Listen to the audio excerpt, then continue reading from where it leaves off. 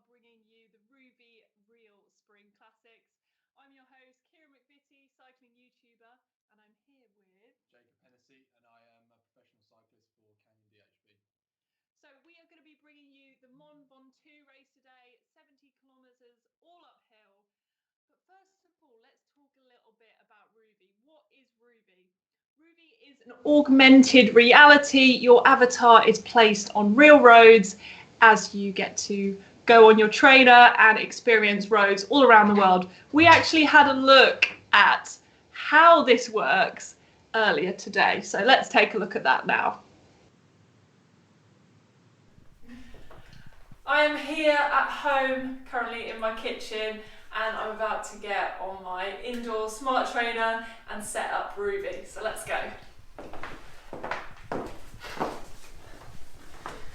So step number one, get yourself a bike, get yourself a smart trainer, and get yourself some cycling kit and get on that smart trainer and bike that you currently have. Step two is you're going to want to download the Rouvy AR app on your phone. I've just downloaded mine now. So I'm going to open up my phone, don't look at my password. Okay.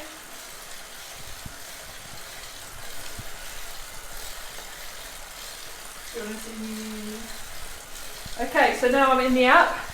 I've just signed in to my avatar, which is ginger_biscuit, obviously. This is my little character in the game. And then I press start. Now what it's going to do now, it's already connected up to my smart trainer at the minute. But you can connect your power sources, your heart rate, all that sort of thing. And then you're on your way. There I am. Off I go, up North Applegate. Loving life. Massive.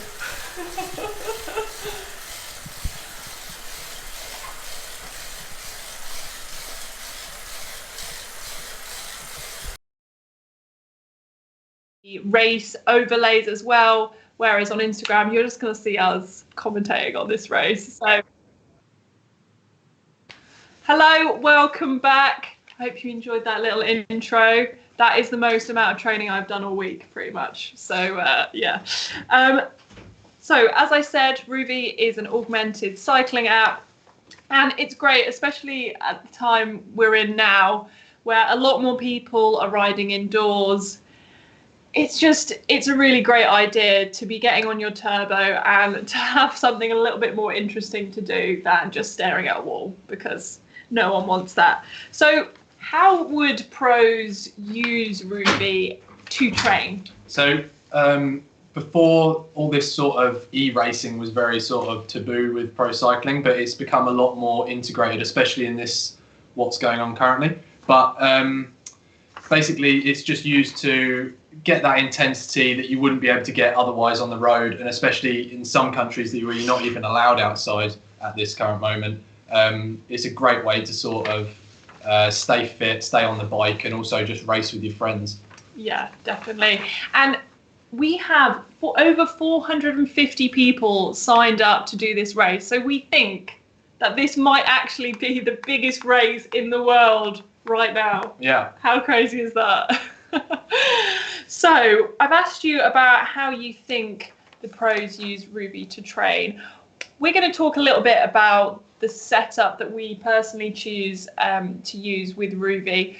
So you can use any type of trainer, but we use a smart trainer. We've got a Wahoo Kicker, and the things that we think are important for an indoor training setup is somewhere for your hydration, somewhere so you're not going to stain the floors, maybe a turbo mat. And then if you want to use a virtual indoor training platform, then your best bet is to get either a table, or I know you can get specific turbo tables, which are quite good for adding to that experience. What are your top tips? Yeah, but basically all you really need for starting off with this is some sort of turbo trainer. You can get online and you can download Rouvy. You get free 30 days of trial, which is what they're doing for everyone in this time. And it sort of all you need really is just a couple of drinks bottles, because you're going to dehydrate a lot faster riding indoors. And yeah, you just basically clip in and go, ready to race. So, top tips. Do you have any other top tips?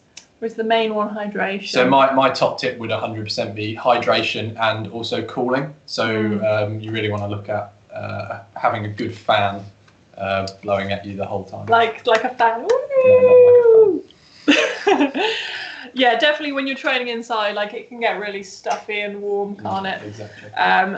Awesome. So we are going to be starting watching this race in 10 minutes, but until then, we are happy to answer any questions you have about this race. So do send us a comment on Facebook, on YouTube, on Instagram Live. Let us know your questions. You've just turned the camera around, Ollie. And we will be happy to answer them. So let's talk about what we're doing for training during this time. Oh, what's that noise? Okay. So in this time, sort of, it's a little bit of limbo between racing. So a lot of the pros have switched to indoor training using platforms such as Rouvy. You can use it just to get that intensity in that you wouldn't otherwise get if you were out training on the roads, or if you're not allowed out on the roads, it's sort of maybe your only option. But for us, for me personally, I'm using a little bit of outside training while I'm allowed to, coupled with some other things, just like working on gym work and some running as well, just sort of switching it up a little bit just while we don't really know when we're going to be back racing. I mean, we're quite lucky because in the UK, we're still allowed to go outside to exercise if we're doing that on our own or with our household, which I think is really, really lucky. But for a lot of people out there, we know that your only option pretty much is in your garden or on the turbo trainer. So keeping it fun, using apps like Rouvy are just going to help you get through it a little bit better. So we've got a few questions coming in on Facebook. The first of which is from Rachel on Facebook. What is your favourite hill? Don't have one. Don't have one? Don't have a favourite hill. Why not? Actually, no. I loved, I was with a team previously and we did a training camp in Livigno and we got to go off and do the Stelvio. And that was just an epic day out. It was one of the bucket list climbs that I wanted to do. So. Oh, yeah, definitely. Yourself? I've actually never had a chance to do any super epic climbs, but I would say a love-hate. I think any climb, it's a bit of a love-hate relationship. But for me, I would say, like Winnet's Pass. I don't know. I can't think of any climbs, and that's one. We don't really live in a hilly area. We don't really live near hills. Winnet's Pass is quite a steep one near Manchester. Yeah, I don't know. Sorry, gonna have to get back to you on that one. Okay, so we've got another question from Tony on Facebook. He said, what are the specifications of the race? How long is it? Who's racing it? So do you want to take how long it is and the KOMs, and I'll take who's racing it? So this race is a 17 kilometre, virtually an uphill time trial up Mont Ventoux. As you know, Mont Ventoux is a long climb and it is going to be a big day out. So this is going to be a hard one, but we know that the record time up Ventoux was set by Pantani back in '94. We did our research on this, by the way. He did it in 46 minutes. So if anyone is looking to try and dethrone Pantani today, best of luck to them. But it could happen. As for comms, I don't know if we have any comms today. I think it is just a straight race com to the is top. the 46 minutes. It is the 46 minutes. Yeah. It's the straight race to the top. And in terms of who's racing it, we have numerous pros from the Czech Republic, most notably of which Ondřej Sink, who rode in the 2017 Tour and was 9th in the Vuelta at Andalusia. We also have a few riders from the UK. My favourite rider from the UK is Louise Gibson, who I know personally. She's an amazing lady, very inspirational, and she rides with the Internationals group, who are a group of women fighting for equality in women's cycling. So yeah, they're a great bunch. We've also got I think, is he doing it? Yeah, so we have Lawrence Carpenter, previously a rider for Team Wiggins as a professional cyclist. Also a YouTuber, but a fantastic rider. Somebody who could actually feature on something like this. It's a really short, sharp effort, but it is one of those races where a slighter frame might actually help, and he would have the power to do something like this. So best of luck to the Brits. Yeah, so do keep your questions coming in. Currently on Instagram, we're sharing with Rouvy, and we're going to be able to see them join in the race over there.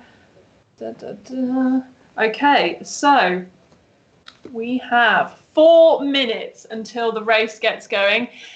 Jake, if you were about to set off and do the whole of Mont Ventoux, what would your strategy be? Well, it's definitely not something you go flat out. Strategy? It's definitely not something you go flat out from the bottom. It's a long climb. Like we said, it's a 46-minute effort, and if you've ever done long climbs before, you'll know for a fact that going too hard can often actually lead to a slower time. You really don't want to blow too early. But I really think that if you can pace yourself at the bottom, although it's quite steep when you're going through the trees, if you get past Chris Froome's crash site, you can then press on, and when you get out towards the top, it starts to level out and you can really open it up. Yeah. I've actually never ridden up Mont Ventoux. Have you managed to end up there? Never. I feel like we're really missing some of the iconic I think it's a climbs. bucket list climb, like yeah, Alpe d'Huez. definitely. But it's definitely a big climb in the Tour de France. So. Yes, speculation on whether there will be a Tour de France. ... Okay, so let's have a look. So some of the other notable riders from the Czech Republic, we have, this is going to be quite funny for those of you who are watching, because I am not going to be able to pronounce these names well, but I'm going to give it a go. So we've got Jana Pichlikova, Mira Ripil, Christian Hinek, Martin Stosek, Jan Vastil, Jan Skarnitzel, Jitka Skarnitzlova, Sabalitska, Martin Zaitama, and Teresa Saskova. So I think that was not bad. That wasn't too bad. If you are actually Czech, I would love to know how you actually pronounce them. So that I could. Them ones quickly. No, I don't think I could at all. So we are 1 minute away from the start. All the racers should be adequately warmed up at this point, and we are ready to go. Like we said before, I think we've been told that there's 460 racers involved in this race. So it's a big one. The biggest it's one going to be spread on. out evenly, I think, across Ventoux by the end, because it's definitely not something that's likely to end in a bunch sprint. But it'll be interesting to commentate on. Yeah. So I don't actually know where all these 460 people are, but I'm presuming that they're joining us from all over the world, which is amazing. So we are imminently, 10 seconds, 8, 7, you want to do a countdown? 4, 3, 2, 1. 1. And then there's a massive sprint, obviously, off the line. Okay, so we are off. We are going. Obviously, there is a little bit of a pause between us being able to see it. We are off. Wow, there's a lot of numbers and a lot of people moving around. If you can imagine a 460 rider bunch gallop, it's kind of like that. So we're trying to pick out names, but we can't pick out anything currently. Basically, wow, there's a lot of riders. They're putting up out over 400 watts at the minute. Someone's doing 500 watts in the group. We're currently following Andre Sink, who is the pro that I mentioned in the beginning. Yeah. He is putting out some serious power. Is it too soon? I think somebody like him, having raced in Grand Tours and done that sort of thing, he probably has done his homework. He maybe knows what he's doing. So I mean, maybe. I mean, this is a huge one. This is a 470 watts, 6 watts per kilo. So we haven't got any questions on. So guys, if you have any questions, just send them to us. We're over on Cycling Pulse's Instagram. We're also on Official Cycling. Official Cycling is the Instagram, and Cycling Pulse is the YouTube channel. Sorry, that's my fault.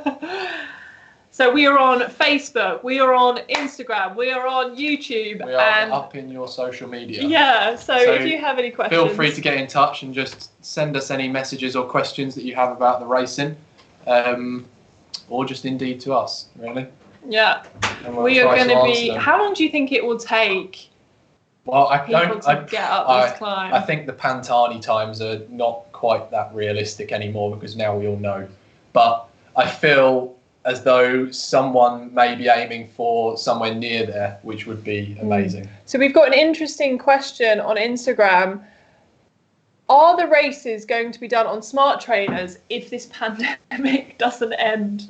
Well, there was talk of something like that happening, which I'm not sure how I personally feel about it, but I think that it's definitely a viable option now with the improvements in smart trainers and also the improvements in all the software like Rouvy to actually make something like that happen, especially with the augmented reality, because you're actually sort of racing on the road just indoors. It's a weird sort of blend.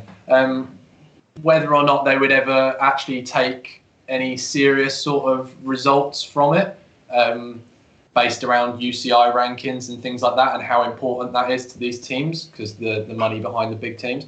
I'm not sure, but never say never. So never say never.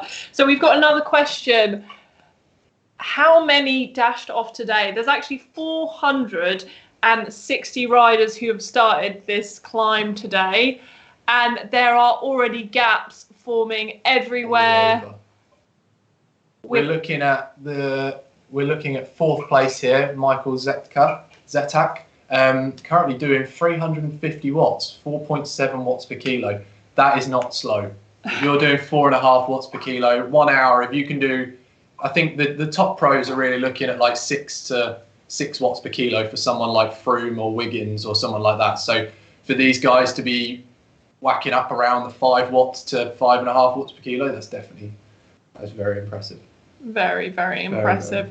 But remember, this is a long climb. 17 kilometers on the flat isn't much, but when you suddenly throw up that elevation, it's a whole other story, and it's going to take these guys around an hour, I would say, to get up the climb today, and they're only 4 minutes in, so perhaps their efforts are a little premature. I don't know. But...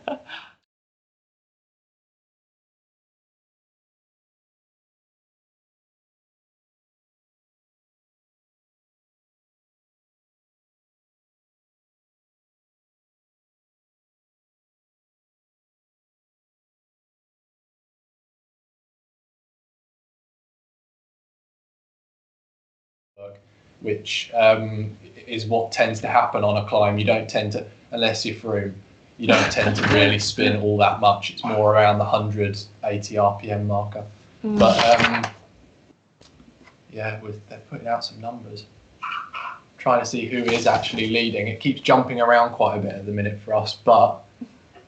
So at the minute, on our screen, Robert Hula is leading. We are not sure who Robert Hula is, but Robert Hula was not someone that we mentioned at the start, but he is doing a good job. He's doing 350 watts. He's doing a solid 100 RPM. Saying that, Jan Vasil has just overtaken him, smashing out over 6 watts per kilo. So that is a big move there. That's a big attack. Crazy. Andre Sink, here we go. 6.3 watts per kilo here for Andre Sink. Andre Sink, obviously clearly the former professional rider, the winner of the Vuelta a Andalucía previously. He didn't win it. He got 7th. I thought he won it. Or maybe he did win I it. thought he did. We're going to have to check our notes here now, because I don't want to say that he did and he didn't, but I'm pretty sure he did. 2 seconds. Sorry about this. If anybody knows, 9th. Oh, I thought he won it. No, okay, well, that's sorry, sort of bad. he But got even 9th. still, to That's even still be running up there, even to be running up the front of one of those big races is nothing to be... Nothing to be sniffed at, no. Yeah, exactly. So on our screen at the minute, I'm sure you guys on Facebook and YouTube can see as well, there is just a sea of little coloured blobs heading up this mountain at the minute. I mean, they must be almost a kilometre apart at the minute. They're all doing, so who are we looking at now? 5th place. 5th place is doing currently 13, they're around the 13 to 15 kilometre hour mark. So the com time up here from Pantani way back in the day, I think was around the 22 kilometre per hour mark. So they're a bit off at the minute, but they are obviously on the lower slopes, which are quite a bit steeper. So it is to be expected, but they are punching out some huge numbers there. Just sitting in the wheel, 3rd place now, 460 watts. Oh, and you can just really see it starting to get steeper, and that's really going to be pinching the legs now. I always find, at least for myself, when I'm on the indoor trainer, everything feels harder. I don't know if you find that. But I feel like with almost the views and the scenery, I know that's a strange thing to say, but with this augmented reality, you can actually see where you're going. You can kind of see the climb about to kick up, and you can see somewhere to go, and it's something to distract you. It's the same thing in real life where you start pacing yourself to the corner and thinking, right, okay, I'm just going to keep going this hard to that next tree and then to that next corner. You can do something similar on here. It's riding the real Von 2, really, but indoors at home. Exactly. Just living your best quarantine life. Awesome. So, I mean, this is obviously one of the most famous climbs, the most iconic climbs, but I was wondering which of the climbs is in your eyes the most iconic? Is it Mont Ventoux, Stelvio, I'm more of a Mur or yeah. sort of something like the Mur or the Copper. That's the sort of races that I enjoy. However, that's not so much a mountain. That's more just like a little kicker compared to these sort of things. But I think something like, for me, the iconic climbs are sort of, you know, when Cancellara's riding away from Bonin on the Mur. I think the 2009 Tour of Flanders, someone will correct me on it, but yeah, I think I think those sort of climbs for me really stand out. Yourself? I think it's a tough one. I mean, obviously the Belgian Murs and Bergs are very iconic in their own way, but I just love the Alpine passes. So I would have to say Stelvio, just because I love all the switchbacks. That just looks so pretty. And it's also in that really nice bit where it's kind of Switzerland and Italy border. And I just love all that region around there for cycling. So yeah. We've now got Jan Vassel, who is still driving hard at the front. He's now opened up a quite considerable gap. He's opened up just over 100 metre gap, but he's consistently riding at 6 watts per kilo, which, if he can hold the whole way up, that is a very, very solid speed and a very solid tempo. What do you reckon you could do for an hour? I don't think I could do that. I'm not really built for those sorts of efforts, but I think I would be, I'd be suffering. I would be suffering. Yeah, unsurprisingly. Yeah.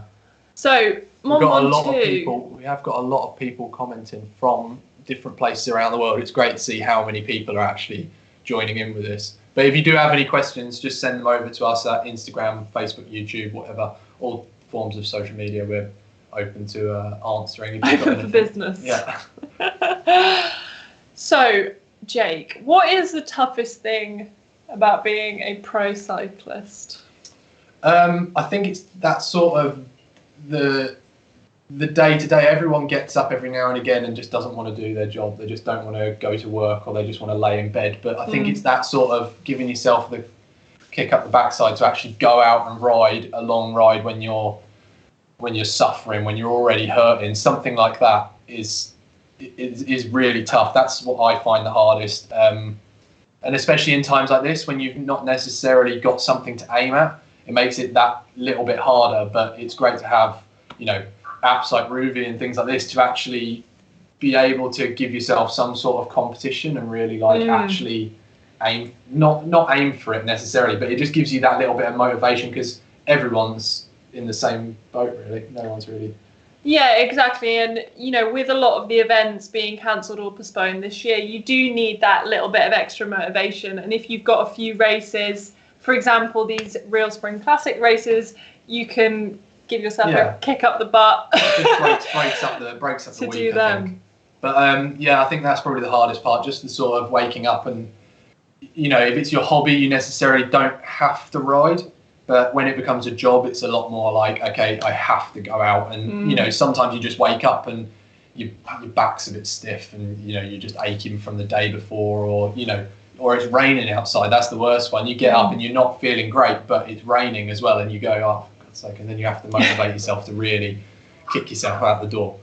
So, I found that when I was riding full time, the hardest thing for me was just the monotony of it, the day in, day out. Get up, go ride, eat properly, stretch. Like it in itself, if you do everything right on one day, it's great. But you have to be doing that rain, shine, whatever mood you're in. It really is a lifestyle, but you have to buy into it. You have to be willing to go to bed at 9 o'clock in the evening to make sure that you can get all the work done the next day, or get a proper night's sleep because you need to be rested for the next day. And it's kind of that sort of consistency that builds up. But everyone feels this. Everyone feels it. If you've done cycling at all to any sort of level, even if you're just a club rider, it's just that consistency of riding a few times during the week that really makes the difference. Yeah, definitely. So just having a look at the race at the minute, the top 5 has been shaken up. Andre Sink has sunk, no pun intended, into 8th place. No. He's yo-yoing between 8th and 9th. And we have Jan Bastille 200 metres ahead of 2nd place. But it is just carnage out there. It's really impossible to tell you the top 3 or even the top 10 at Everyone's this moment. Sort of jumping around. This is sort of what you expect on a climb like this. You sort of expect people to just sort of be riding their own tempo. But with Jan Vastel now, he's just sort of ridden away and everyone is now sort of trying to pace themselves back up to him, but he's now got the benefit of being in front and leading from the front, which is always sort of where you want to be, because then you can control what happens. If people want to close up to you, it means they have to go harder than you're currently going. And you can just ride at your pace. He's now just sitting his own tempo, I think. Definitely. So if you are enjoying watching this race and you think, oh, I quite fancy suffering for an hour inside of an augmented cycling app, then there's actually a few more of these races, aren't there? So we have 2 more coming up in this series. The second one is on the 29th of March, which is this Sunday, and then we have Scarlino Scala. Scarlino Scala is the race on Sunday, and then the 31st of March, which I believe is a Tuesday, there is another race, Vils-sur-Ozon. That was my French. Monier, yes. So if you want to get involved, these races are going to be on 5 p.m. on this Sunday and Tuesday coming. And you can get Rouvy for free for 30 days. So if you're interested, it's definitely worth downloading for your free 30 days. Yeah, you can get involved. You could be one of these 460 people that we are commentating. And, if you're up to the task, Jan Vassel now doing nearly 6 watts per kilo still, just consistently riding at 6 watts per kilo. So if you feel like you're up to the challenge and you really want to take it to these people, you can jump on and download the app for free for 30 days and take part. Yeah, so if you were watching us on Facebook or YouTube, you will know that all you have to do is download the app, make a login, and connect all your sensors up, and you can roll. But if you're watching us on Instagram, all you have to do is have a smart turbo, a bike, a willingness to suffer, and all you do, download the app, sign in, you can get a free login for 30 days, and then boom. Yeah. Boom. Okay, so Some questions? we've got a few questions coming in on Facebook. Some on Facebook? Sorry, not Facebook, YouTube. See what we can see. We're just trying to pick through the questions to make sure that we're... So, do you want to run through the specs of this race for everyone? Specs for this race? Yes, so it goes up to 1,800 meters of elevation. Yep. How long is it? This is a 17-kilometer climb, so it's a really solid beast of a climb, really. You're looking at like a really consistent sort of gradient, especially over the top. It never really sort of flattens out. It's a really solid effort, this, but we know for a fact that we know the record done by Pantani at 46 minutes, averaging over 20 k's an hour. It's 22 k's an hour for the whole climb. Is just almost untouchable nowadays. You have people like Chris Froome, who's still like a minute and a half off of his personal best of Pantani, and it's definitely some sort of beast, this climb.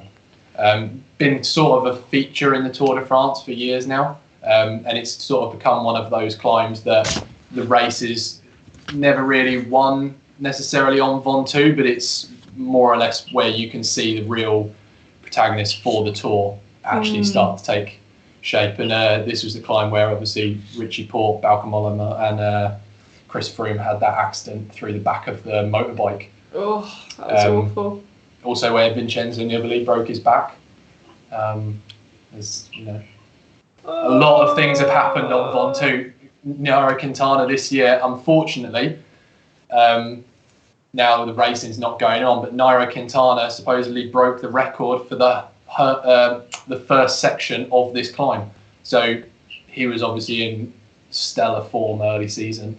Currently kicking up to 11% now for Jan Vastel. So happened on Ventoux. Nairo Quintana this year, unfortunately. Oh, sorry. It's on here, though. Is it on this one? Was it on your phone? Turn your phone off. Sorry. I'm trying to get the comments up. Trying to get some comments so we can see them. If you've got any questions, just feel free to get involved on our Instagram or over on YouTube. And I'm just going to get the questions up from Facebook, which is why you can hear my phone. Bear with me. What kind of... Simon Hine here saying, what kind of anti-cheat efforts are implemented in Rouvy? It is so easy to manipulate the AMP Plus protocol. Yes, it is. It unfortunately, that is one of the issues with all of these sorts of all of these platforms for e-racing. That is unfortunately one of the things that you have to look at.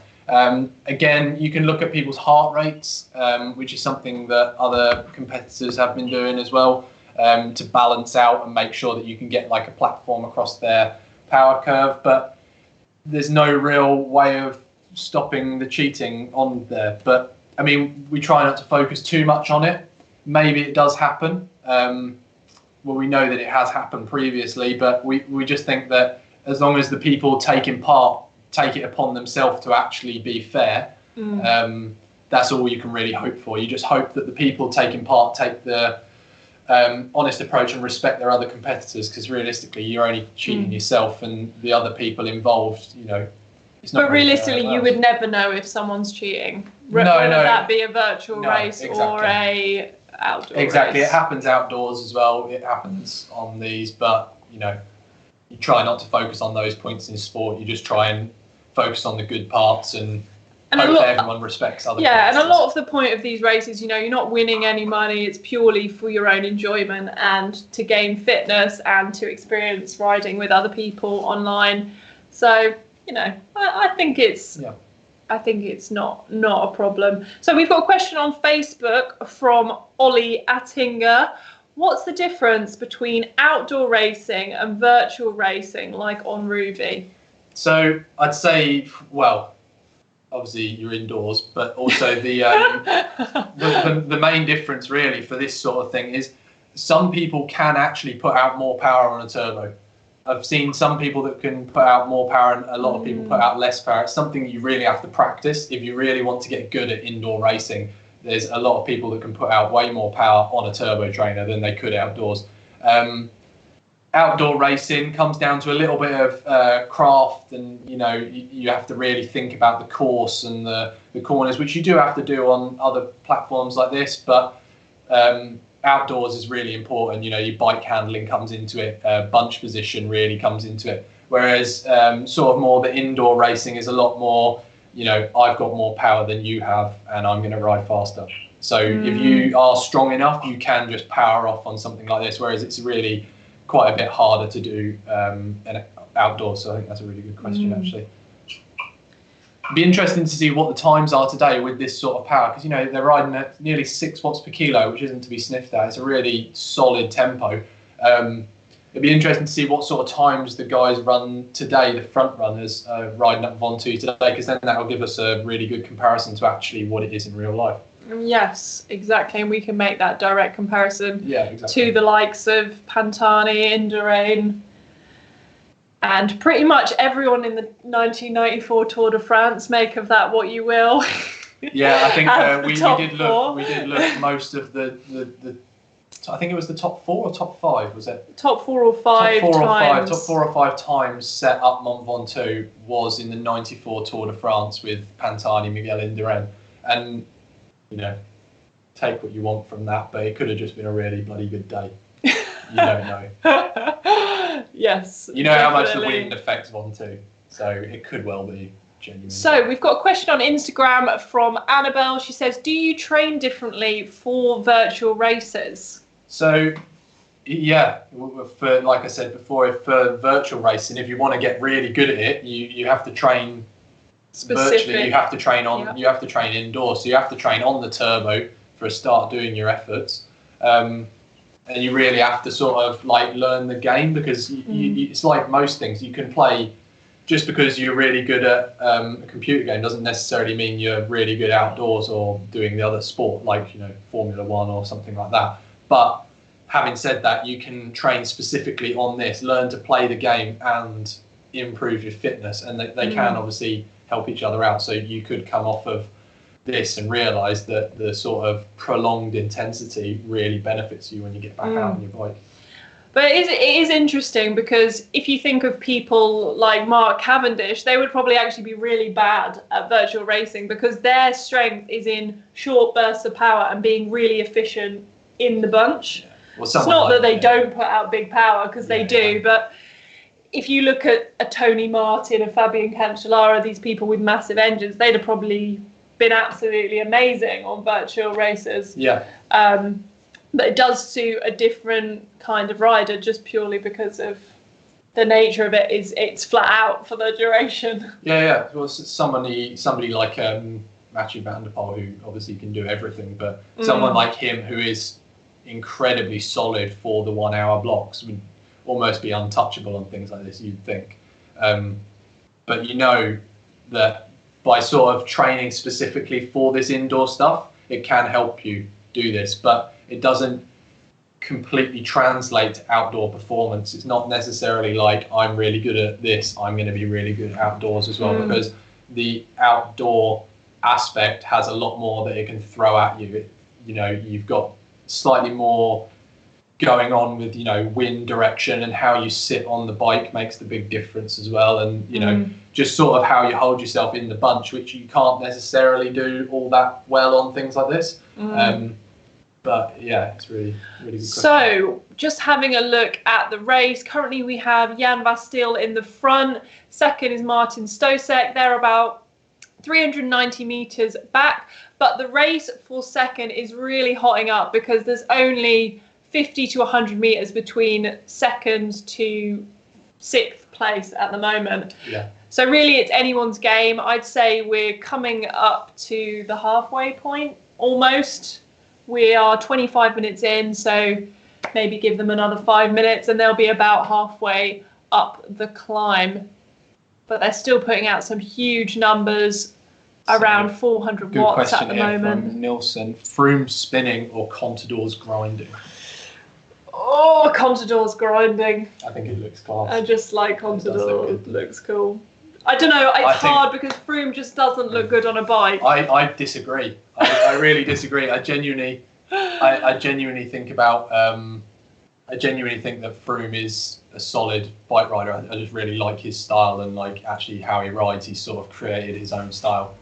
If you've got any questions to talk about with the race that's going on, so we've currently got Jan Vastil still sitting around the 5 watts per kilo mark, but he has now a comfortable lead over second of 440 meters, which is over half a kilometer, which on a 17-kilometer climb is very significant. We've got an incredibly close second with these two battling, with Christian MTB and Martin Stosek in second and third. Both riding very consistent, and it's sort of like that battle of the minds. They're both riding very consistent power outputs, and everyone seems to be sort of pushing each other on. Not much of a drop off between anyone in the top 10. Again, between second and 10th is 500 meters, which means that first place is quite a way in front now, but it's all still to play for, because on something like this, especially with something like Ventoux with the distance, it's really, with the 17-kilometer climb, you can really bring back 500 meters quite quick. And equally, you could definitely go too hard and blow up towards the end. I mean, I always think that the last part of a climb is the most difficult, when you can see the finish and you just think it's almost there. Yeah. And the thing as well with Ventoux is it becomes so much more open, and they come out onto almost like a lunar landscape up to the top of the climb. So it'd be interesting to see where people are and how they're feeling once they get onto that open section towards the top. Keep hitting us up on Instagram, Facebook, and YouTube. Just try and let us know any of your questions about the race, about Rouvy itself, because I know that maybe a few of you, this is a new platform and to race your bike on and get involved. So, talking about getting involved, how do new people get involved with Rouvy and what's going on? So, is it race.rouvy? You can head over to their website and just race.rouvy.com. It's really simple. You just fill out your email, send it to them, and then they'll give you a code which gives you 30 days for free to give it a try and see what you think.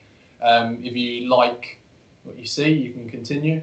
It's a really quite a good idea, really. Augmented reality. It's got the top 100 climbs in the UK for those who are interested. So yeah, it has so many routes from all over the world. So if you're away from home at the minute, or you just want to get some of those epic iconic climbs in, then Rouvy is a great place to go. So do you want to take the question on Instagram? So Annabelle on Instagram asks, what's the difference between Rouvy and Zwift? So Rouvy is augmented reality. So it's a character placed onto a real road situation. So the best way to describe it is sort of a street view on Google Maps, and you can see the climb as you would on a street view, but it's a video of you climbing. And then the video is increased in speed or decreased depending on the speed of which pedal and the power that you produce. It's pretty intuitive, and it's also quite a good way of actually seeing the course. And if you really wanted to, you could ride the climb and learn even where the potholes are on the climb, so that when you go there in future, okay, I'm coming up to this corner, this has got this, and then that's quite good. Zwift is a lot more sort of just sort of the software of riding a setup bike online. That's what Zwift is aimed at. That's what they try to do. Yeah, so they do have real routes, but it's not a real time. It's more like a video game. It's their creation of said road, so you can do Box Hill, for instance, on Zwift. Any more questions? What we got? So Chris Hall says the rider on the camera looks like she is absolutely smashing it. And you would be correct, because they are doing a maximal hour effort. So they're probably riding at their threshold, or maybe even slightly above at this point. So, you can really see that she is feeling how hard that is. Oh, crikey. But yeah, I just think it's so amazing that you can, even though we're in this difficult situation at the minute, that you can go and ride Mont Ventoux, Stelvio. You can get involved with a lot of other people. There's 460 at the start today. We have 460 starters.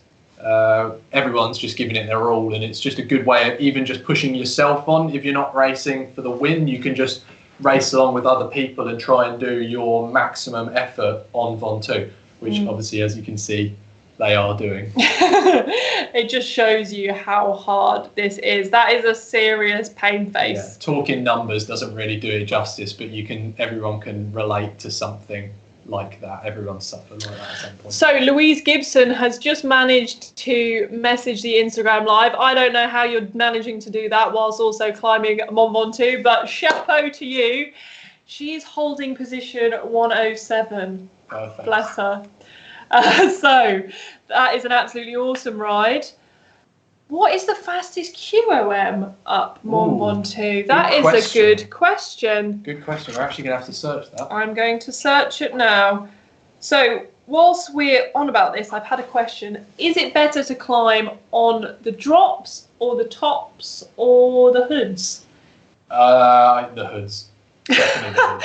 That was a quick answer. Definitely the hoods. You need to elaborate on it. You can go on to the tops just to sort of once you get your tempo, but if you're on the hoods, with the amount that you'll have to change gear and get out the saddle and change position all the time, for sure the hoods. Unless you're Mikel Landa and you can go on the drops, or Pantani, go on the drops, but you're really looking at climbing on the hoods is probably going to be your best bet for getting the most power out of yourself, which is when a bike fit comes in and things like that, just to make sure that you are getting the best out of yourself in that position. But that should be your most comfortable position for an effort such as this.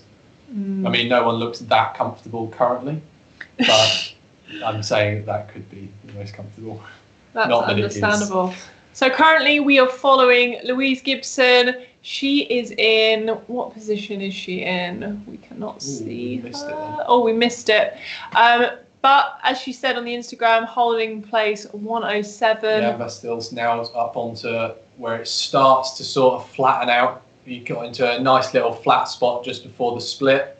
Going to take the left-hander here, and then it starts to come out into that lunar landscape that everyone knows from the Tour de France videos of Froome attacking Quintana just out of this corner and getting the gap, and then catching Quintana to beat Quintana to second as well, just to rub salt in the wounds when Sky dominated in, I think, 2013 that was.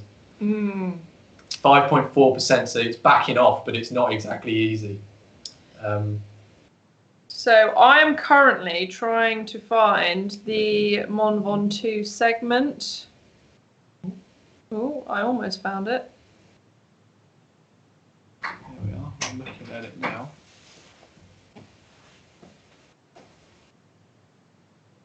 So we are coming up to Jan Bastille time gap. So Jan Bastille has now just gone through that first split. And the first split is, we're trying to look for the distance, 11k. So he's done 11k, 34 minutes. 6k left to go. Doesn't sound like a lot, but 6k up one of these climbs is a solid amount of climbing still to go. And it's kicked up again. It's now back up to 8%. So it's really starting to kick up around these switchbacks, which is something that happens on these bigger climbs. The second place. Where's second place? Second place Martin is now Stosek. Martin Stosek has now pulled a little gap out of Christian MTB and now pulled about a 60-meter gap, which isn't a lot, but it might just be enough to start breaking Christian. So we'll just see how far behind he is once he comes through this time split now. 600 meters. This is what we were saying before. With 600 meters, it doesn't sound like a lot, but on the road itself, on a climb like this, it's minutes. It's a long distance, especially when you're riding at 6%, 5%. So according to Strava, the fastest QOM up Mont Ventoux from Bedouin is 1 hour and 14 minutes and 51 seconds from Natalie Figliolini Andre. 1 hour, 15 minutes. Yes. So I am not sure. She has got a lot of comms on QOMs. How do you even say that? QOMs on that ride. But in terms of in a race, I'm not sure if there's been a women's race that has gone at Ventoux, but I will endeavour to find out. What did Latour do a few years ago? Was that Alpe d'Huez? I think they did Alpe d'Huez. I can't remember. No, they didn't. Okay, they did so solid. Sorry to interrupt. Martin Stosek has just gone through the time split. He has put in 12 seconds to third place, Christian MTB, but it's not over yet. Martin Stosek, 1 minute 54 down on our leader, Jan Vastil. Jan's still sitting around the 5.86 watts per kilo mark, pushing on over 7% as well on these climbs, coming up to the intermediate time check now for Needy. So Martin Stosek, for those interested, is actually a professional mountain bike rider who I believe rides for Czech Republic. He does. To be cross country. So that'll be why it's a 46-minute, well, it's about around an hour's effort this. So it's probably an effort that really he's good effort quite that he's used to. Yeah. I'm just trying to see. Just seeing if we can see by the cadence as well. See, he's still sitting quite high. Christian MTB sitting around the 76 mark for cadence, which is quite low, but Christian MTB, by the name, you'd expect him to be a mountain bike rider. So he's probably slightly more used to the higher torque effort around that sort of power. So fun fact on Martin Stosek, he was 5th in the Czech National Championships cross country in 2017. So it he was 2017 when Steve won. I don't know. I could find out for you. Sort of time. No, Jaroslav Kulhavy. So Kulhavy winning. Wow, they've got a lot of good riders from the Czech Republic, haven't they? They do. So we've got a lot more coming through now. So we've been through first, second, third is Jan Vastil, Martin Stosek, Christian MTB. Then in fourth place, we've got Needy. I'm not sure who that is. Robert Thula. Then we've got Robert Thula. Vakov Kurel, I think, in 6th place. And then Tom Hanlon, 181. And number 8 is Chris Hallride. Chris Hallride's comment saying Louise over 5 watts per kilo still. That's amazing. Very impressive. That is amazing. Chris, can you tell us if Louise is the first woman on the road currently? We are yet to. We don't have just that keeping info. up with the top 10. That is all we are getting the info on. So, just another reminder: if you're watching this on Instagram, on YouTube, on Facebook, please do send us questions. Anything you'd like to know about the racing, Rouvy itself, or maybe you want to ask Jake a question, or maybe me a question. So fire away. In the meantime, we're just watching all the riders come through split number 1. How many kilometres do they have left once they hit split number 1? So once they hit split number 1, we looked at it before with Jan Vastil coming through, and that was around the 11-kilometre mark. So they've got around 6 Ks left to go, but that's when they're starting to hit that lunar landscape where it starts to sort of, well, it's really starting to ramp up around some of these corners. 10.98 kilometres, so I was pretty bang on, really. So there are 3 splits in the race. The first, that, as we've just mentioned, it's about 11K. Split number 2 is 13.16 kilometres. up the climb, and then the finish. The finish is how many kilometers 17. in? 17. 17 k's. And now, where are we? We're now following along again with Jan Bastil, still pushing hard, around 6 watts per kilo, around the 400 watt mark. Riding now about 18, 19 kilometers an hour. Consistent pedaling still, solid cadence, riding around the 90 cadence mark. He has just gone through split number 2. Just going through time gap. Time gap will give you when we get ride number 2 through, but he's done that first section of 13 Ks in 41 minutes. And what's crazy to think is that the fastest ever time up Mont Ventoux for the full 17 is 46 minutes dead. For the full time. So we're watching these guys and we're seeing the power that they're producing and how many watts per kilo that is. So that's just amazing. That is amazing. If you have any questions, just keep sending them over to us. We'll try and answer them. We're trying to give you as most up to date as we can, watching and following along. We're back on board with Martin Stosek, still riding hard, doing 5.5 watts per kilo, but it's starting to sort of become a consistent gradient, around 8%, 7.5%. So he's now sitting back into his rhythm again. So we are now going past, there's a photographer on the side of the road. Somewhere up here is the Tom Simpson Memorial on this sort of top section of Ventoux, where it sort of opens up from where the bottom was overcast with the trees and things like that. And it's now opened up into a lot more of a lunar landscape. If you remember a few years ago, they had to actually reduce the distance of this climb and put everyone down the mountain because of how the wind in real life actually reacts over this climb. The sort of landscape is just like that because of how windy it is around that area. It's coming straight in, I think, off the coast actually, isn't it? Is it off the coast up there? I mean, it's so open. It's so you can open imagine outside, that, so you know, depending on the day, the wind would come from any which way direction. Around 100 kilometers an hour, the wind over the top on certain days in real life. So you really have to sort of pick your days and know the season when to go, just to make sure that you get the perfect conditions to ride the full length and actually enjoy it rather than just suffer. Yes, exactly.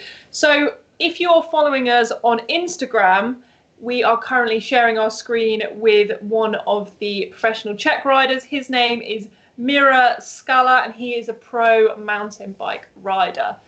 If you're following us on YouTube or Facebook Live, then you won't be able to see him because he's only on Instagram Live, but you guys have the privilege of being able to see the proper race footage. So you're definitely locked in to the best place there. So we now have third place just coming through split number 2. So that opened out a bigger gap. Jan's still pushing on. He's opened up even more of an advantage, another 20, nearly another 30 seconds over second place. And 20 seconds over second place. And there's about 30 seconds now between second and third. Do we reckon that Christian MTB could make a final run? I think I definitely think that he could now continue to push up if as long as he's paced his effort properly. As long as Martin Stosek hasn't gone too hard too soon, he could come back up. Because if you look at the FTP percentages, it does look at the minute that Martin Stosek is riding slightly harder. Yeah, it sort of balances out. They're riding around the same sort of speed and around the same sort of percentage of that FTP. They're still doing a consistent sort of RPM. Everyone's sort of still spinning up and they're just keeping it nice and steady up the climb. We're now on board with Turka S, who is in 59th place. As you can see, the further it gets down the field, the closer people are together. But if you look at the difference, in landscape between the two, between so these where we're guys looking now with 59th position versus first position, they're still in the trees.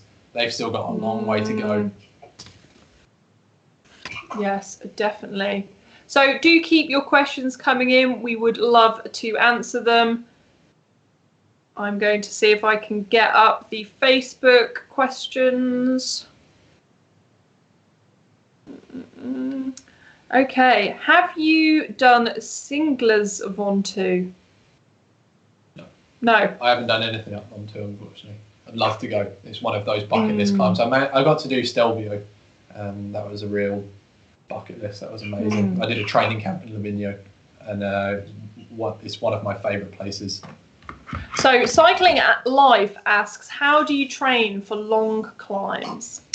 Best way to train for long climbs is those sort of like prolonged efforts of percentage of your maximum power or heart rate, just sort of pushing on for a long period of time. You also want to practice in more of a sort of sat upright position, because if you're from, like for instance where we are, it's a lot flatter, so there's a lot less climbs to really train on, and you really need to practice training at that lower cadence. So you need to train for that sort of low cadence, high power or high percentage of your hour power, and just sort of practice that sort of level of suffering as well. So you need to really practice hurting yourself for a prolonged period of time, which doesn't come naturally.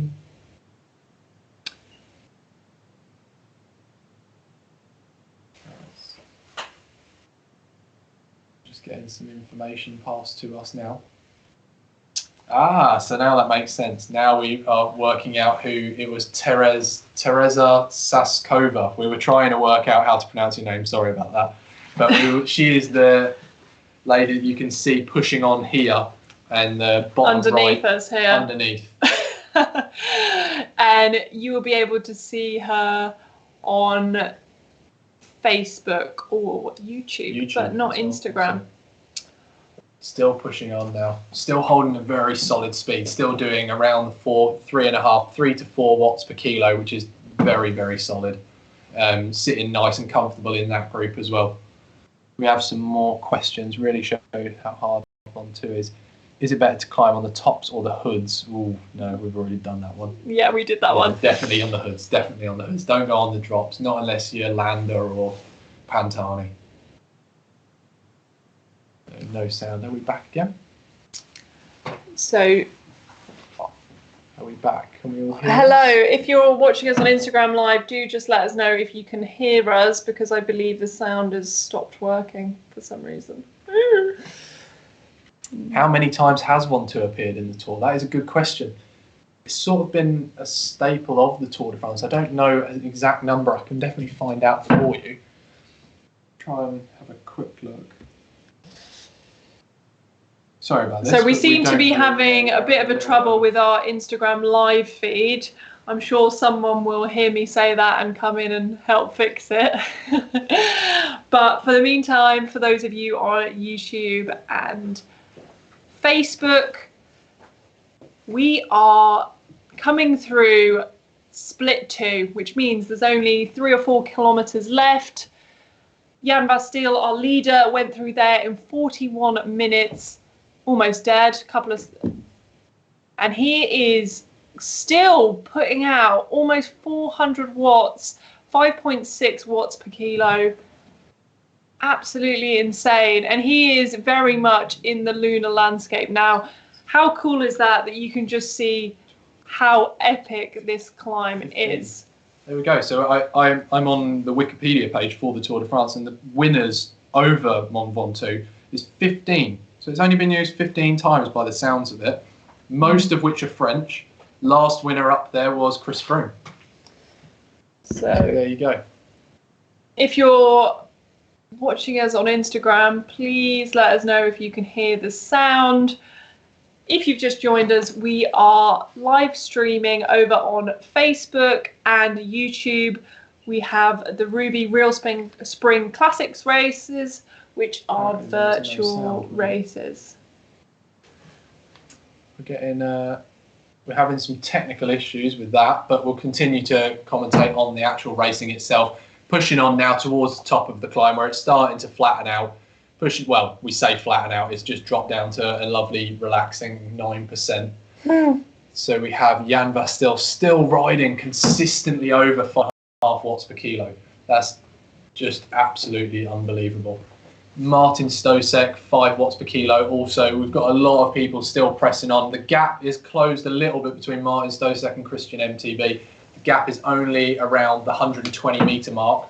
Definitely close, like it's could be closed up. The gap between fourth and third as well is still only like 100 meters or so. If this was on the road in real life, everyone would be screaming at them, trying to get them to get closer and closer and closer. But as it is on this, we can't really watch them all riding at the same time. But we now have Janva still pushing on, doing 400 watts. He's managing to do 400 watts on the slightly, it's not flat at all. That's 12% according to this. That's really steep. But it's definitely opened up into that lunar landscape as he goes up to the real steep pitch of this left-hander. Somewhere up around this section is the Tom Simpson Memorial. I think it was a little bit further down, but... So Tom Simpson, obviously the British cyclist who sadly World passed champion. away whilst racing at Mont Ventoux. So if you just joined us on Instagram Live, let us know where you're from and if you can hear the sound. We're currently live streaming the Rouvy Real Race series. So if you have any questions about Rouvy, do let us know. Rouvy is an augmented reality cycling app for when you're cycling indoors, and we think it's pretty awesome. We're currently commentating on a race at Mont Ventoux.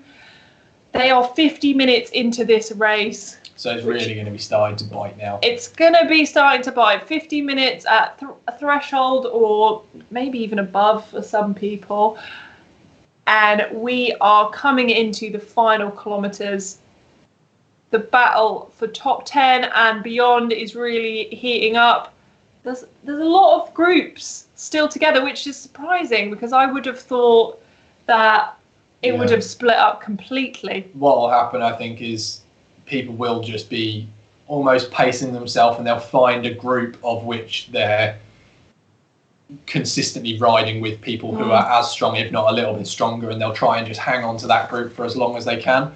So you do get these sort of like groups. It's the same as a normal bike race where you hit a climb and it just sort of disintegrates immediately, and you find a group and just sort of hang on to a group of people that you think, I can probably climb as well as these guys can. But we've still got people who can just push on like that at the front, which is just a different breed, really. And if you're watching on YouTube or Facebook, you will see that Teresa, who we've got, lovely lady just down below us, she is really starting to look like that the climb is hurting. And we have Jan Vastil. He appears to be coming up to the finish line now.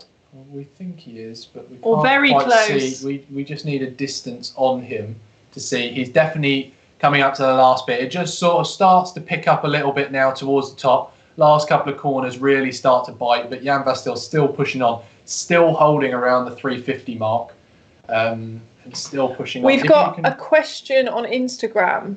Do you guys cycle indoor or outdoors during this virus? I personally still cycle outdoors, and that's just because I don't ride with anyone. I don't come into contact with anyone. I don't go into any shops. And because of the rules and because of the rules in the UK as well. The UK. Here we are. Jan Vastil coming up towards the finish line, kicking up and over this last little bit, pushing on to the finish. He's going to win it by quite some time, and he's also done it in a very respectable 54 minutes and 13 seconds. That is a very, very good time. That is a very good time. So that's the time. He's laid down the marker. I wonder how close everyone else will get to him. I definitely see some more people commenting with the outdoors solo. I think if you're going to ride outdoors, for now, don't ride in a group. Just do not ride with other people. Just ride on your own. Don't bother risking it. People are dying from this illness, and you may not be affected, and the person that has it or gives it to you or whatever may not be affected, but it's not that. It's the person that you then come into contact with later on.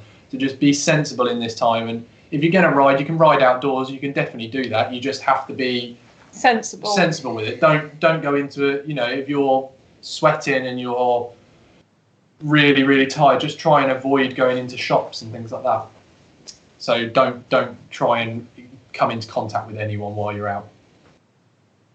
We now have Martin Stosek coming up to this final corner as well. He's just coming up to the last bit where it really starts to bite. Only a couple of 100 meters left now.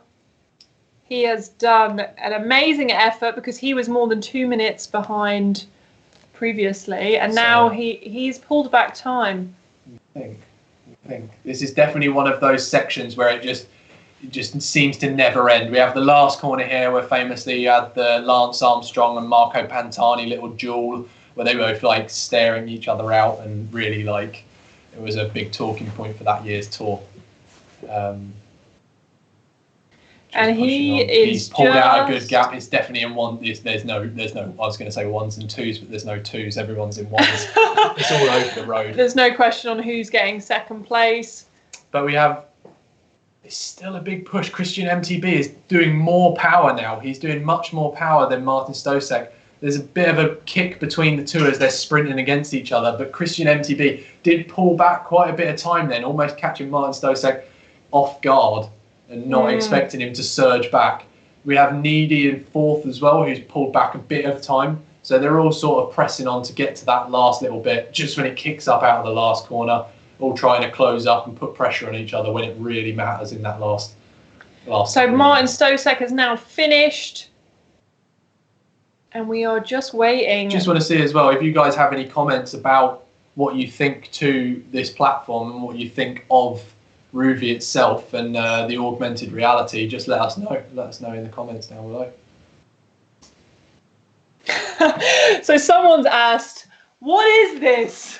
So we are live streaming a race on an app called Rouvy. Rouvy is an augmented cycling reality program where you can essentially have your avatar, your character, ride and race if you want to on real roads. So you're actually experiencing what it would look like to go up through Mont Ventoux, which is the race we're doing at the minute.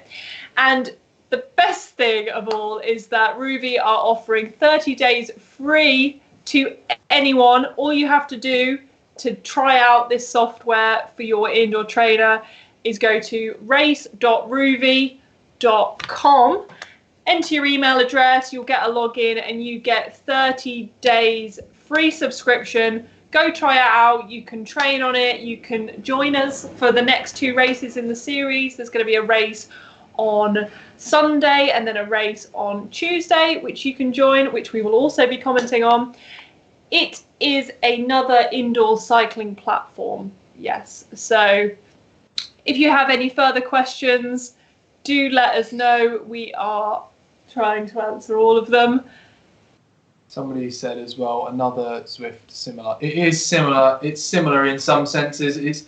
It's augmented reality, so it is a character that you control on the screen, but the roads are real roads. It's very similar to something like Google Maps, where you can sort of follow along with the route. You can actually race the big climbs. You can race the Ventoux. You can do all of that, and it looks how it should look. You can, I mean, if you really wanted to, you could check out the potholes and let you know what you want to do. But so we've just had 5th place come in, 6th place, and we're currently following 13th place, 15th place, 16th, 17th. We're scrolling through now. We are now following. And it's pretty close, actually. Top 20 is very close. It is. It's very much just the person in front, and it's now who's got what left to try and push on for the finish. They're all 5 minutes down now. Winner Jan Bastel, who put in an absolutely amazing ride up there to finish in 54 minutes. We said previously that the record set by Marco Pantani of 46 minutes is very, very, very impressive. And this just sort of shows when you're starting at the bottom, this is serious, serious climb. So currently at the minute, we have Erica Magnaldi, who is the highest placed woman. We're waiting for feedback on where she actually is overall at the minute. She is 17th. 17th. 460 starters we had. Erica Magnaldi is actually still pushing on. 17th position, still punching out over 5 watts per kilogram. Which is huge. That is absolutely huge. Erica Magnaldi is pushing up to 16th. She is the first female cyclist that we have on the road currently. I just wanted to check. She wasn't the lady who had the QOM, was she? No, that was a longer name, I'm sure. Okay, so Andre Sink is currently in 14th place. He's still pushing out over 5 watts per kilo. Like this is a lot of power. This is a lot of power. Meters single are you? So Erica Magnaldi is an Italian racing cyclist who currently rides for UCI. WNT. She rides for WNT. I actually used to ride for WNT, don't you know, back in 2016. But she is 100% a lot quicker than me than I've ever been.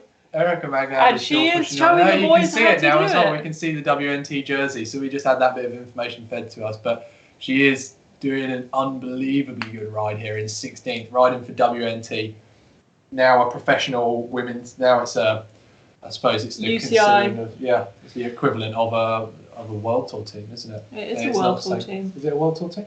I'm never really sure how, because they definitely changed the rules, don't they? Yes, I can't remember the exact way they tier it now. Top percentage of them is whatever. Yeah. Very good professional cycling lady. So we have. Who are we following now? We're still following Erica Magnaldi. Erica Magnaldi is now coming up towards the finish. Lucas Kopecky. I wonder if he's related to another Kopecky. Lotta Kopecky. Maybe. Who knows? Yeah, maybe. We'll make that junction later on. But anyway. He's in 11th place. Absolutely pressing on now. Who else? Erica Magnaldi making up positions still towards the end. Wow, that's She's impressive. going to be our first woman across the line, I believe. Peter V. And that's an incredibly good Erica time. Magnaldi pushing on. So is she going to get there? Is she going to get...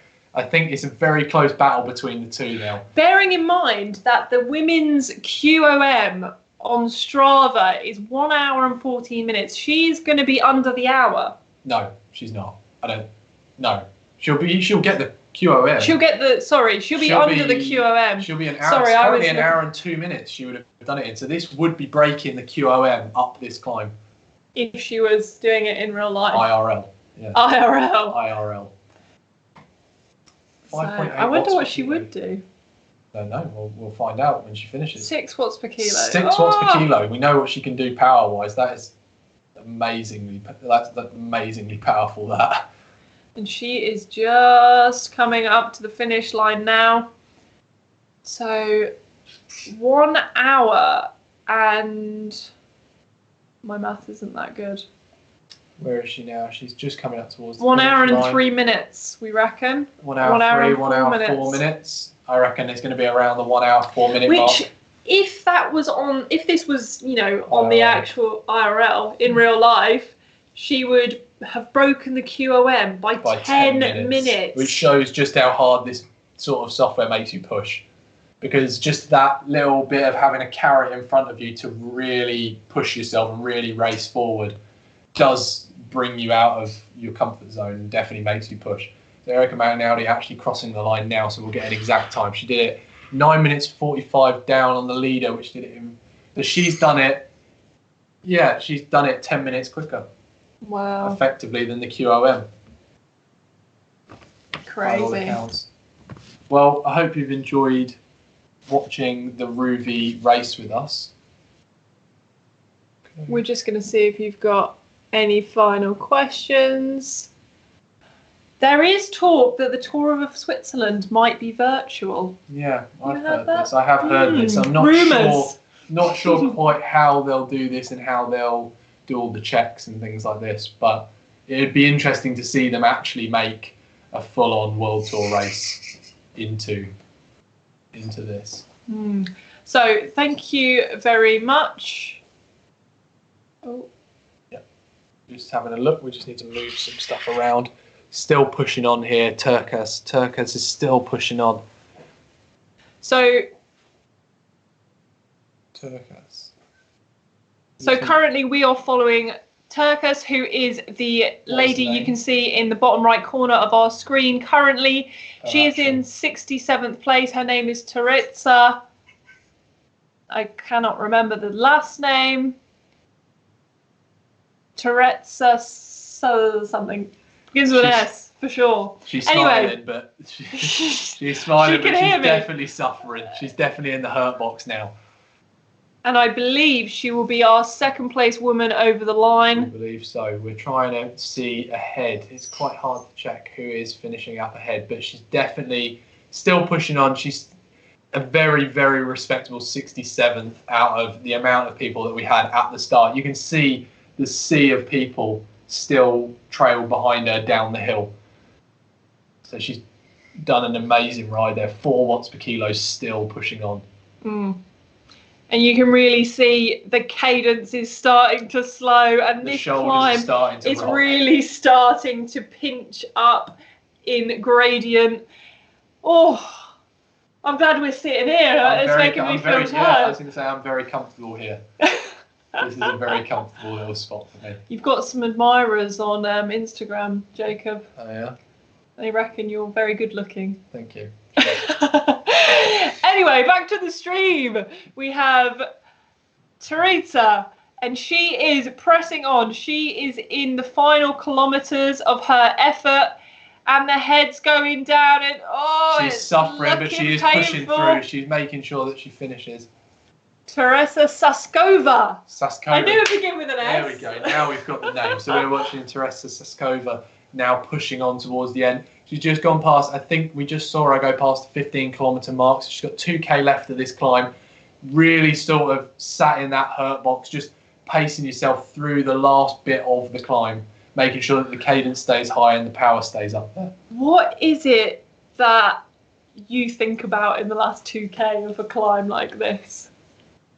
Do you think of anything? I can't wait to finish. Yeah. You just- I can't wait till this is over. For me, I think a lot of the races that I've done previously, I did the Baby Giro and the Tour de l'Avenir. Which is the under 23 Giro d'Italia, and also I did the Tour de l'Avenir. I did the Tour de l'Avenir with Egan Bernal on it, and I remember just the gruppetto on one of the days was me, Alvaro, Hodge and Fabio Jakobsen, and just we were just sat riding up the climb, all suffering, just trying to coach each other into getting over the climb, and then we'd do maximum attack, maximum risk on the descent, and then do the next climb. But I remember that stage just all day, just every time I got near to the top of the climb, just wanting to sort of stop riding my bike. But that is what this sort of effort makes you want. It just makes you want to sort of stop and get off and not go near it again. But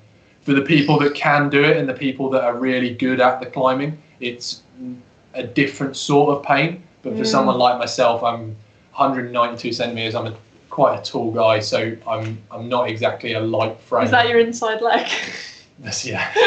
So it's definitely for me, it's a bit harder, and I sort of just suffer my way up the climb. So Newborn Climbers on Instagram has asked, what gear do you use in the gruppetto? You would know a lot about that. I actually had somebody come up to me before at the bike race in the Baby Giro and asked me when the gruppetto was going to form, because I'd been in the gruppetto consistently over the last couple of days, and that I had been classed the king of gruppetto because I was shouting at everyone for going too hard or too slow. So I typically, in a lot of like the big climbs, I'll stick to a 39.28, sometimes go to a 30 if it's sort of somewhere around the Ardennes or something like that where it's super steep, but I'll tend to normally keep to a 28 just to stop me going slow. Because if I actually run the lighter gear, what I'll end up doing is doing the same cadence but just riding slower.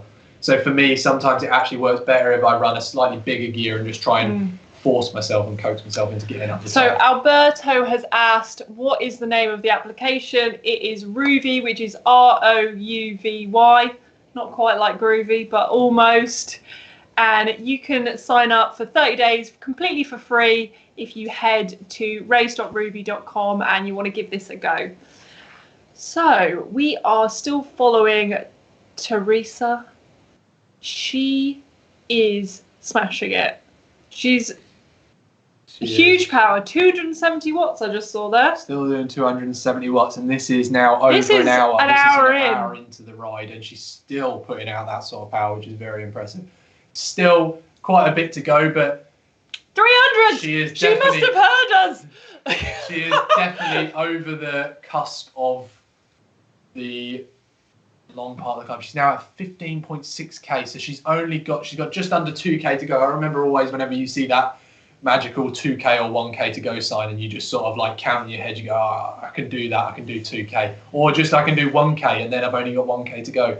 But I mean, it's however you break it down in your own head. It'd be interesting to hear what you guys do to break down the racing in your own head or in the riding in your own head. You know, for myself, I tend to break it down into, if I've got a 15-minute effort and I've done 4 minutes, I say, I've only got 1 more minute, and then I'm a third of the way through, or you know, something like that. Or sometimes set it so that I do kilometers and I do miles, and then during the effort I'm working out how many miles I've done versus kilometers. So be interesting to hear what you guys do and how you guys work it out in your own head. Also, we've had somebody message, a few people actually, say about social distancing.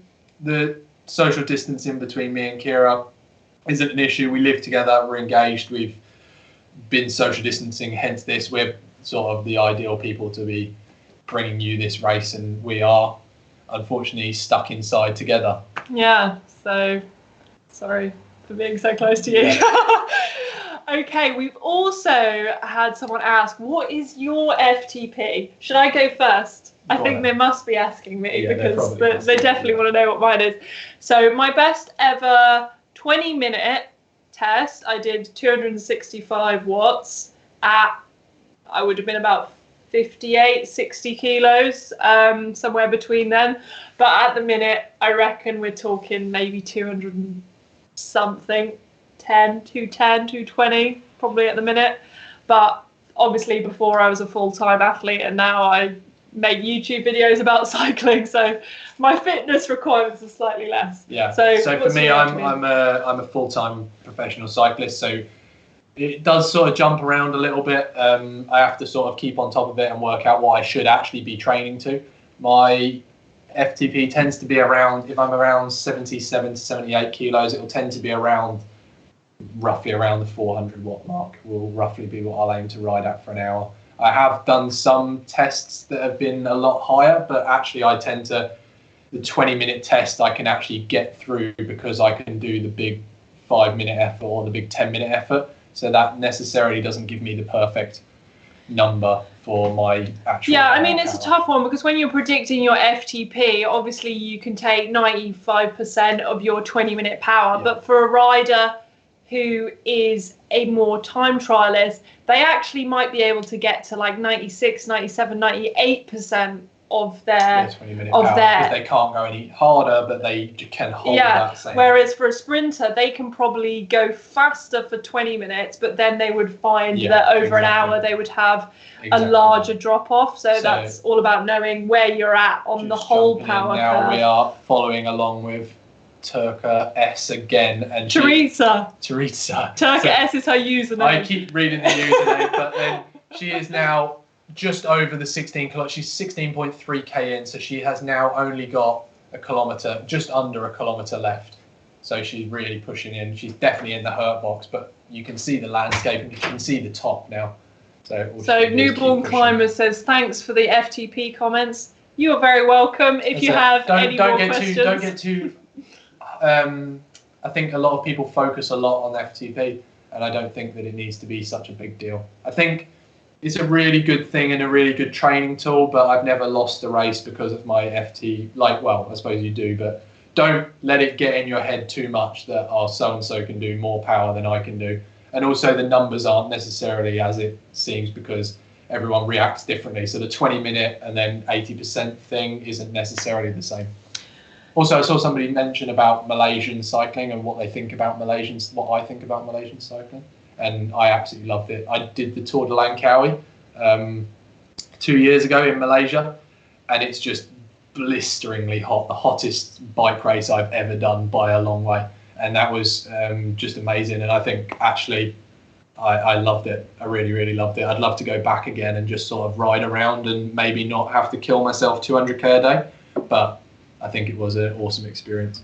So am I correct in thinking that the track rider, is he Malaysian? Yeah, Malaysian. He was world champion. Yes. He's now like a superstar. Azil Hasni Awang. Awang, yeah. He is the coolest track sprinter ever. He wheelies every time he crosses the finish line. And I don't know if you'll remember, but there was a very famous Kieran race where he actually got a splinter this long through his calf, and he still finished the race. He got third in the World Cup or the World Championships.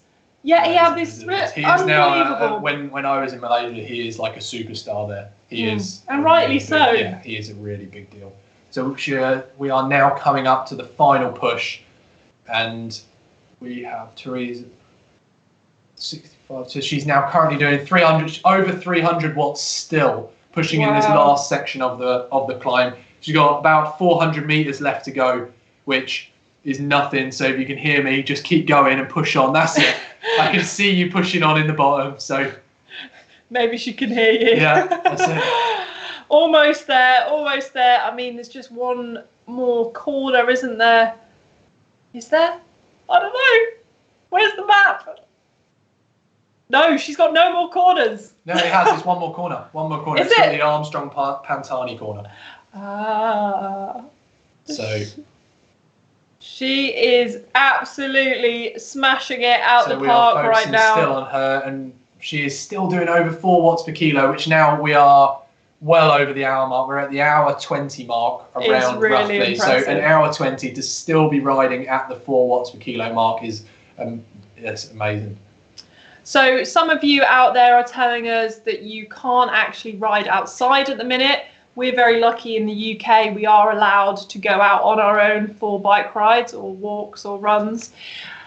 If you are stuck inside, I would definitely recommend at least trying this application Rouvy, because it's completely free for 30 days. If you don't, it's up to you. You can test it out, see how you get on with it. You can train with it, you can race with it. Join us on Sunday and Tuesday for 2 more races.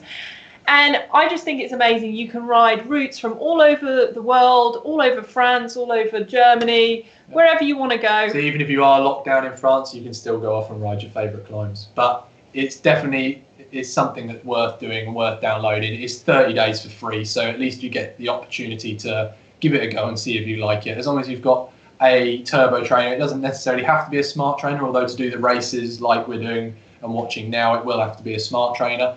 But as long as you can get out and do some riding and something to keep you going in this time, everyone's just got to stick together and get through this. Newborn Climber says he doesn't have a turbo. Oh, you need to get a turbo. Have you got rollers? Rollers, you can use rollers. You can use rollers. Oh, you're really going to have to invest in a turbo, I would say. Or you just lay on your back and pedal with your bike in the air. Yeah, I've seen that on Instagram. And there we go. And now she's crossed the line. She's finished a very, very respectable 24 minutes. She's looking a lot happier in that corner now. Yeah, she's definitely looking a lot happier. So. Wow, that's awesome. So there you go. From Jake and I, we just want to say thank you very much for tuning in on Instagram, on Facebook, on YouTube. The next race is going to be on Sunday, so come back then, 5 o'clock on Sunday, to see us commentate that race. Anything more to add, Jake? Just let us know in the comments down below in this video what you thought of us and what you thought of this application. And obviously, if you want to download it, just log on to race.rouvy.com and you can download and enter your email and download the application for yourself and give it a go. And you can even get involved on Sunday and join in, and we could be commentating on you racing off and trying to win, and just let us know. Awesome. Perfect. So thank you very much. Thank you very much for your time, and see you later. Bye for now.